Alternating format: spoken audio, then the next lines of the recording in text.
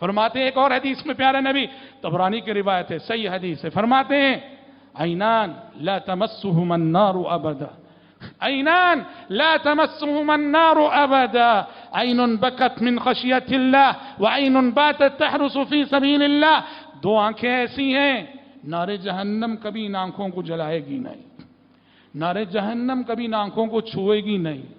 ان دو آنکھوں کو اللہ نے نار جہنم پہ حرام کر دیا ہے، اور نار جہنم کو ان دو آنکھوں پہ حرام کر دیا ہے۔ کون ہے یہ دو آنکھیں؟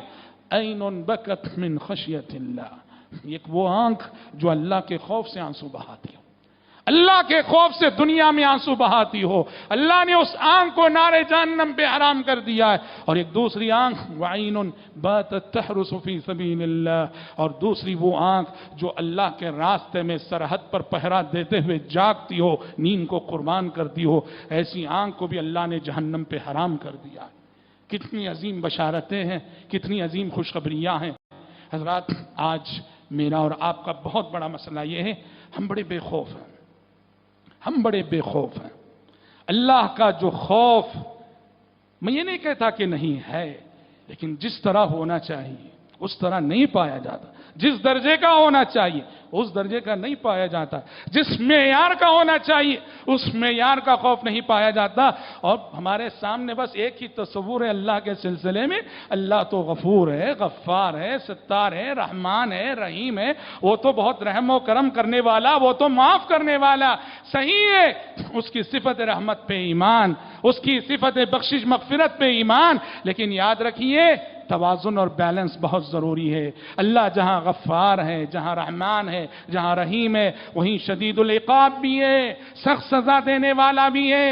اللہ سخت گرفت کرنے والا بھی ہے، سخت پکڑنے والا بھی ہے۔ وَبَدَا لَهُم مِّنَ اللَّهِ مَا لَمْ يَكُونُوا يَحْتَسِبُونَ، قرآن کہتا ہے کل روز قیامت اللہ ان کافروں کے ساتھ، جہنمیوں کے ساتھ ایسی سختی کرے گا کہ خواب و خیال میں بھی لوگوں نے نہیں سوچا۔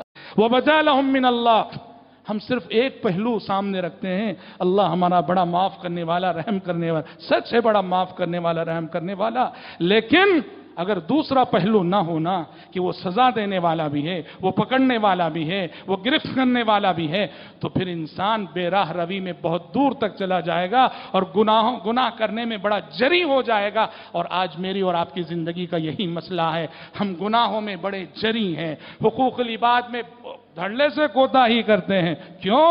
ایک ہی پہلو سامنے ہے، اللہ معاف کر دے گا، توبہ کر لیں گے، معاف کر دے گا رب العالمین، یہی ایک تصور ہے جو ہمیں ہر آئے دن حقوق اللہ میں بھی کوتاہیاں ہم سے کرواتا ہے، حقوق العباد میں بھی کوتاہیاں ہم سے کرواتا ہے۔ ضرورت ہے بیلنس کرنے کی، اللہ کے خوف میں، اللہ کی محبت میں، اللہ سے امید رکھنے میں ایک بیلنس چاہیے، ایک توازن چاہیے۔ جس کی زندگی میں یہ بیلنس رہے گا اس کی زندگی کامیاب زندگی ہے، وہ صحیح طریقے سے حقوق، فرائض اور واجبات ادا کرے گا اور صحیح طریقے سے زندگی گزارے گا۔